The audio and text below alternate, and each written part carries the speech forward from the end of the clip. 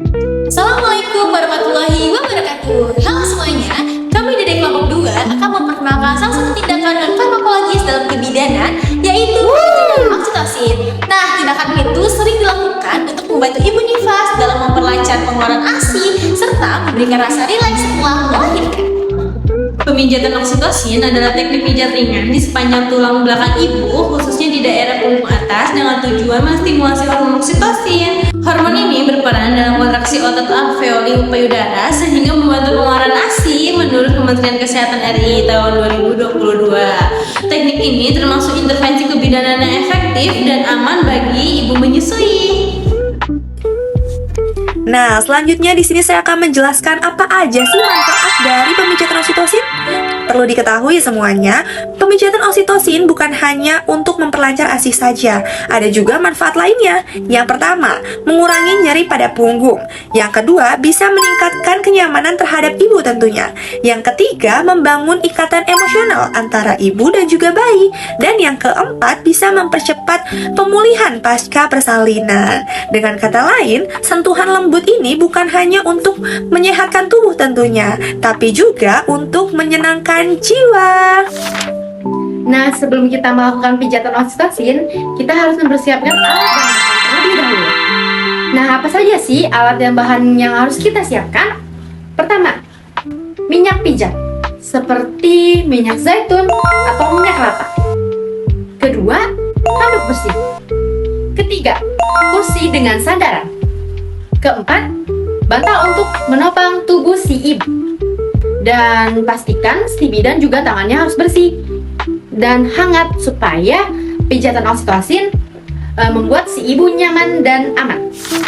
Nah, selanjutnya itu ada persiapan ibu. Sebelum tindakan, bidan wajib menjelaskan prosedur dan tujuan pijatan kepada ibu, lalu meminta ibu konsen. Posisi ibu dalam keadaan duduk rileks, sedikit condong ke depan, bahu terbuka, dan punggung bagian atas mudah dijangkau. Pastikan ruangan tenang, bersih, dan suhu nyaman agar ibu merasa santai. Cara melakukan pijat oksitosin: setelah ibu membuka baju bagian atas dan juga bra, posisikan ibu untuk pemijatan.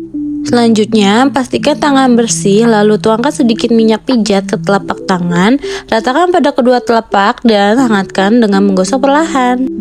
Buat gerakan huruf T dilakukan 3-4 kali. Pijatan dimulai dari tengah ke bahu kanan, kiri dengan gerakan memutar jempol.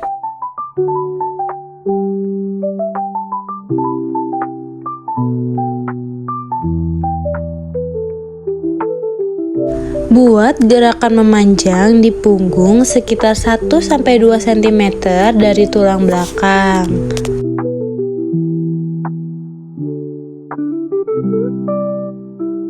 Gerakannya masih sama ya, dengan memutar jempol.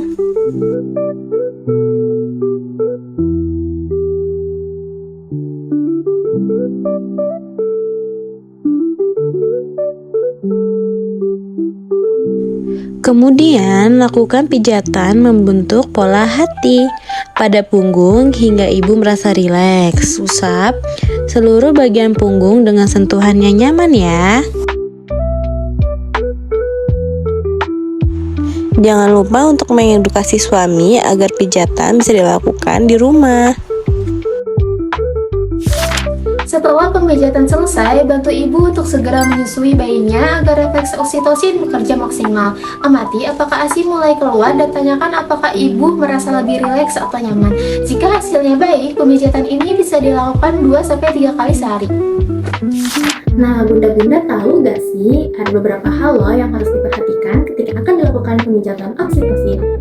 Nah, pemijatan oksitosin ini tidak boleh dilakukan bila ibu memiliki luka di punggung, infeksi kulit, kondisi demam tinggi, atau nyeri hebat saat disentuh. Nah, selalu jaga privasi ibu dan hindari pijatan terlalu kuat agar tidak menimbulkan memar dan juga ketidaknyamanan.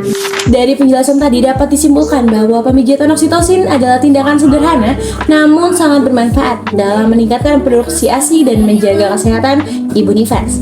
Sebagai calon bidan, kita perlu memahami teknik ini dengan benar agar bisa memberikan asuhan yang aman, efektif, dan berempati kepada ibu. Terima kasih telah menonton edukasi kami.